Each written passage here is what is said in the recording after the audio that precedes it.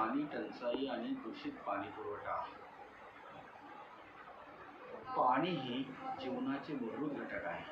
पाणी आहे तर जीवन आहे, हे वाक्य जसे खरे आहे तसेच आजच्या काळात पाण्याचे महत्त्व अधिकच वाढले आहे. परंतु भारतासारख्या विकसनशील देशात पाणी टंचाई आणि दूषित पाणी पुरवठा ही समस्या दिवसेंदिवस गंभीर स्वरूप धारण करीत आहे. ग्रामीण भागातून ते शहरी भागापर्यंत नागरिकांना या समस्येचा सामना करावा लागत आहे. पाणी टंचाई म्हणजे काय? पाणी टंचाई म्हणजे उपलब्ध जलस्रोतामधून आवश्यकतेपुरते पाणी मिळत नसणे. पाण्याचा अभाव फक्त पिण्यासाठीच नव्हे तर शेती, उद्योगधंदे आणि दैनंदिन जीवनाच्या प्रत्येक घटकावर परिणाम करते. पाणी टंचाईची प्रमुख कारणे: अतिवृष्टी व अल्पवृष्टीचे वक्र. हवामानातील बदलामुळे काही भागात अतिवृष्टी तर काही भागात दुष्काळ पडतो, त्यामुळे पाण्याचे संतुलन बिघडते. भूजलाचे अतिउपसा. शेती आणि औद्योगिक वापरासाठी पाण्याचा जास्त प्रमाणात उपसा केला जातो, त्यामुळे भूजलांची पातळी खाली जाते. जलस्रोतांचे आरोग्य व्यवस्थापन. नद्या, तलाव, विहिरी यांची नियमित स्वच्छता किंवा देखभाल होत नाही. अनेक जलाशय गाळाने भरलेले असतात. शहरीकरण आणि लोकसंख्या वाढ. वाढती लोकसंख्या आणि जलद शहरीकरणामुळे पाण्याची मागणी वाढत आहे, त्यामुळे पुरवठा मर्यादित आहे. वनतोड. जंगलांचा नाश झाल्याने जमिनीची जलधारण क्षमता कमी होते आणि पावसाचे पाणी साठत नाही. दूषित पाणी पुरवठ्याची समस्या.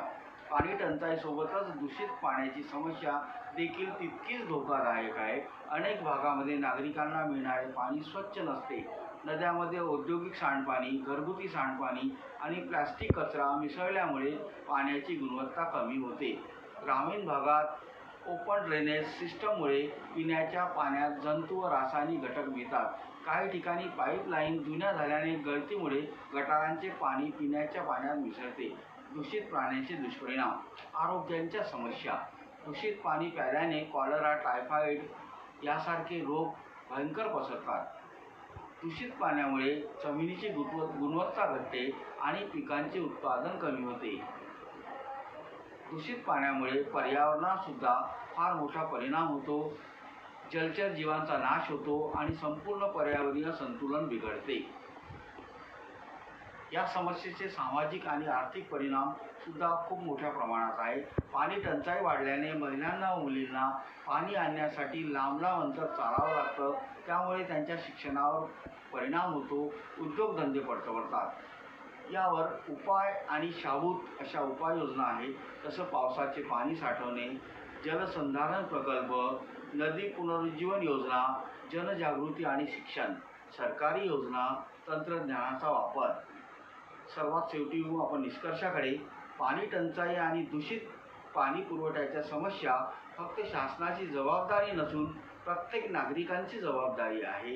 पाण्याचा शहाणपणाने वापर, जलसंधारण आणि पर्यावरण संवर्धन याद्वारेच या संकटावर मात करता येईल. पाणी म्हणजे जीवन, ज्यामुळे त्याचे जतन करणे हे आपले सर्वांचे कर्तव्य आहे.